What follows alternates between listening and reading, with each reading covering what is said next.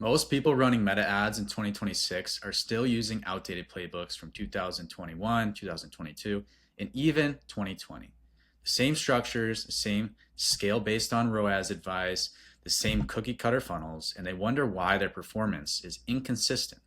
But here's the truth: meta has evolved, your consumers have evolved. And if you're not adapting your strategy uniquely to each individual situation, you're leaving money on the table. So in this video, I'm going to break down exactly how I'm currently running meta ads right now in 2026 so that you can apply these to your business and your brand or your clients' businesses and their brands and see success. So for those of you that are new here, my name is David Paratino. I've been in the ecom game for 8 years now. I bootstrapped my own ecom brand to 7 figures, and now I'm working with some of the biggest ecom brands in the world, helping them with their meta ads. And in this video, I'm going to share with you exactly how I customize every account, why some of my campaigns are different bidding types, how I build creative flywheels, and how I communicate with my clients through different situations such as inventory planning, forecasting, etc., and how that is really important as you grow. So let's jump into it. The problem in today's day and age, in 2026, is that most advertisers are using old, outdated playbooks. Same strategies from years ago, same funnels, same structures, and as a result, they're seeing inconsistent results. The reality is that meta has changed, but most marketers have not. Now, the 2026 reality: there is no one-size-fits-all strategy. Brands have different margin profiles, different audiences, different inventory constraints, different creative, different warm audience, cold audience, different email lists, different organic social, different direct traffic, right? You have to understand all that to apply your strategy for the meta ad account. And the same thing goes specifically to meta. Every brand needs a custom system within meta. Meta is a part of a business. It cannot be the entirety of the business, but it needs a custom system. The reality is that ads don't exist in a vacuum. Ads are a part of a business which has different contribution margin targets, different inventory levels, different LTV, different reorder rates, different goals. So the reality is, in 2026, media buying is part marketing and part finance. You have to be really strategic and work with your brand, your client, whoever it is that you're running ads for, and understand that the ads play a part of the business. They cannot be the entirety of the business. So my core bidding strategy in 2026, this has shifted. Guys, historically, I've been a big cost control guy. But in 2026, I am prioritizing working with brands that I have a high degree of confidence in, that, all the things that I'm going to talk about later in this video are in place or can be put in place, and I can work with them on a highest volume or highest value bidding strategy, right? I believe that in 2026, meta ads, when done right, you should be able to win on highest volume and highest value. Now, again, if you've watched some of my prior videos and followed me along in the last year or so, I used to be a big manual bid guy with high budgets, and the reality is that there's a lot of risk in that, and I'll get into that later, but this is kind of the order that I like to follow. I like to go highest volume and highest value, 1 and 2, typically together, which I'll get into, and then really only leverage cost cap, target ROAS, and bid cap if I need to. So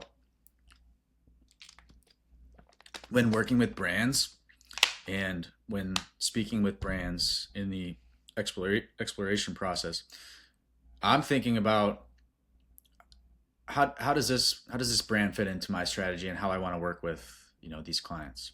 So the key here is, within Ads Manager, you must know how to interpret the data so you can make pivots as necessary. Again, some of my accounts use cost cap, target ROAS, bid cap because they have to, but it's not the first. It's not priority anymore, and it's a change. It's a change that I've made, and seeing really good results with the clients that I'm working with under these conditions. So here's how I use them today. Highest volume. I use this if I'm focusing on getting the lowest CAC. Typically for sale periods, I'll use highest volume, or if there's specific inventory or SKUs that need to be moved. For example, if a client has a collection of inventory that is a little outdated and it's going on sale, I'll put that in a highest volume campaign. Now, highest value is more of my evergreen campaigns now, and I test these typically against each other in all my accounts, but obviously for higher AOV products, that's nothing new. But I found it attracts more premium buyers and a higher LTV. So the bottom line is that most accounts are using both highest volume and highest value, but you must be able to read the data and allocate spend to which is performing better, consistent with your goals. Now, in 2026, I'm using cost caps and bid caps as emergency tools, not as priority. And this is a shift. Again, I only use this when performance breaks. And the reason why is when done correctly, I believe you can win on highest volume and highest value in 2026. And the previous strategy of inflated budgets with manual bids cause inventory risk. A couple times a year, you'll see it breaks and you see super high CPMs and you have to go through Meta and request refunds. It's a mess. And CPMs outside of that sometimes are just very volatile. And so now I'm using them as breaks, like I mentioned. And to start 2026, I'm using them very little. And part of what makes highest volume, highest value work is setting up the proper creative flywheel. In 2026, this is nothing new, guys, but it's becoming more and more important. Creative is the growth engine. So if you're running ads, you should be testing new content weekly. You should be testing UGC, obviously. But static ads are working really well in all my accounts as well. And a secret hack for testing without spending is to look at your organic posts and see which ones outperform and test those in the ad accounts, right? So look at your organic posts, see which ones get the most likes, the most comments, the most views. For Reels, views is very important. Compare that to the average, and then there you go. You've already creative tested for free, essentially. So now you know that this creative performed better than average. Let's put this in the ad account and put some money behind it. And typically that works, guys. So constant testing is the name of the game in 2026. Create a unique flywheel for your brand where you can get content in weekly, you can test for free organically, and you can put the best performers in the ad account and essentially throw fuel on the fire. So here's how the flywheel works. Meta's new Andrew Meta update rewards a variety of creative. This is nothing new. Meta's been rewarding that. Creating a flywheel streamlines the process. Okay, you don't have to come in Monday every week and say, where's my creative, or what are we going to do, this week. You already have the flywheel, working. So it makes it really simple for everybody involved, and it just speeds up the overall process. So as a result, the brands that do this are rewarded when done correctly. And here's a graphic, guys, of Meta's auction and how it works. So you can see here, you have the total value. Oh, sorry. Total value here. This is the ad that wins the auction. And what goes into this formula is the advertiser bid, the estimated action rate, and the user value. So you can't win an auction simply by just bidding the highest, right? Meta factors in the estimated action rate, which in e-commerce is a purchase, which is what we want, and the user value. So if you're creating good content, you're helping out user value, making it engaging, making it fun, making it informative, whatever it is unique to your brand, providing value for people on the other end. Because guys, if you think about Instagram, for example, which is part of Meta, but let's think about Instagram specifically. Instagram has two goals.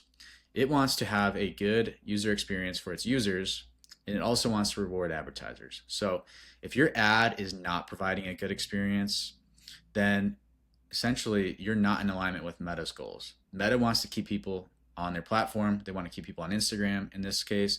So if your ad can do that, but also spark interest and get them to go to your website and consider purchasing, then your bid becomes more effective and your overall total value goes up in the eyes of Meta. So think about that, guys. How can you create content that is relevant to your audience in a timely manner that provides value and gives them the option to purchase something? So I want to dive into value optimization again real quick. And this is something that I've made a shift towards in 2026. In all of my accounts, I test it. Some, it's not working as good as others. Again, it's very important to know how to read the data. But value optimization essentially just tracks click data and gives you a better degree of confidence in scaling, right? So there will be some view data that's missed, but if you can have that context and know that the data that you're seeing is accurate, much more accurate than any view through conversion, especially in terms of prospecting and incrementality when you want to scale an ad account, you're getting the clearest revenue based signals based on what I'm seeing, the most clean tracking. And I verify this, guys, with third-party tracking tools, but it's pretty apples to apples with what I'm seeing in Meta, and it's gotten a lot better in the last year. So I'm using this in all my accounts. I recommend you guys do too. And wanted to touch on real quick prospecting versus remarketing. Now, prospecting is acquiring new customers. Remarketing is acquiring or reacquiring existing customers, right? So showing ads to people who have heard of you is remarketing. Prospecting is going towards a cold audience. Now, setting up the proper exclusions is extremely important in 2026. And again, the creative flywheel is very important to make sure your ads are reaching new audiences. I touched on this previously, but every brand's different and requires a different approach. There's no universal split. It's very important to be able to leverage the data, look at columns like frequency, and make sure that you have your audience set up correctly, and then make decisions based on the data. So it really depends as far as a split between prospecting and remarketing on your product, your COGS, your repeat rate, etc. It's very important to understand each unique business. Now, if I had to give a kind of rule of thumb, a generic rule of thumb for what type of split I would recommend, typically I recommend 80% prospecting and 20% remarketing, right? And when you start out with a new ad account, if you were to just test Meta ads, I would start with remarketing first and make sure you can win there, because if you can't win remarketing to people who have heard of you, you're not going to win on prospecting. And prospecting is really tricky if you don't know what you're doing. So, and one last reminder, guys, stop trying to copy other brands. Don't just look at their Meta ad account and Meta ads library and see what they're running and replicate their ads, because you have no idea what the entire funnel is. You have no idea how many organic views they're getting, what their email list size is. You have no idea what their upsells and cross sells are on the back end. So you can leverage tools like that for inspiration, but do not try to copy other brands, especially with their Meta ads. Now, another thing I'm very focused on in 2026 is inventory alignment. And the reality is that brands that purchase inventory have an obligation to convert that inventory back into cash. And the job of the Meta ad account is to help with that. So I am trying to be as much fully aligned for every brand that I work with on their inventory levels, their lead times, their best sellers, their upcoming products, any slow movers that they have or excess inventory that they need to convert to cash. And I have completely stopped worrying about ROAS, because some of these brands are, they have excess inventory, and as somebody who's bootstrapped a brand, I know how important it is to convert inventory to cash. And oftentimes, more often than people realize, it's much more valuable to convert that inventory to cash at a lower ROAS than to continue running your best sellers at a higher ROAS, right? So you obviously don't want to lose money, but have that in mind that the role of the meta ad account is to essentially convert inventory into cash. And you have to be in full alignment on that in 2026. I think it's more important now than ever.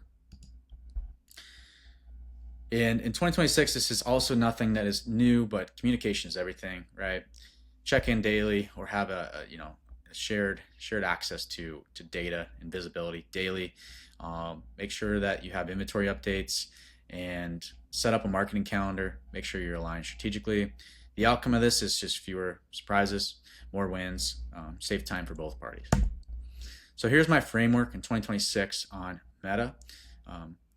When I get a new client, I spend a lot of time understanding the business. The reason I do this and invest a lot of time up front is because it saves me time on the back end. I get better results. They're happier. I'm happier. It's a win-win. It truly is. It'll save you so much time if you invest the time up front. And when I start a new ad account, I'll start on a low budget. I want to prove performance. I want to make sure that I have full confidence in my recommendations to increase spend. Once I do, I will align on inventory goals, set a strategic scaling method, build a creative flywheel, and only add manual bids in 2026 if needed. So my goal in 2026 is to never have to add manual bids, but if needed, I'll turn them on. Again, I'm considering them like brakes on a car. The trends that I'm seeing in 2026 are strong across the board. Seeing a lot of growth, seeing metrics that are similar to 2021, 2022, and so right now, a lot of my clients are doing well, and I want to scale into that. So that's my framework for 2026. That is my guide on how to run meta ads in 2026. And if you found this valuable, hit the like button, guys. And if you want to see more videos like this, subscribe to my channel. I make videos every week. I do this for free. Try to provide as much value as possible. And if there's anything that you want to see next week or in the coming weeks, leave them in the comments, guys. I'll take a look and make content for anyone who leaves a comment for something that they want to see. So, all right, guys, hope you have a great day, and I will see you on the next video.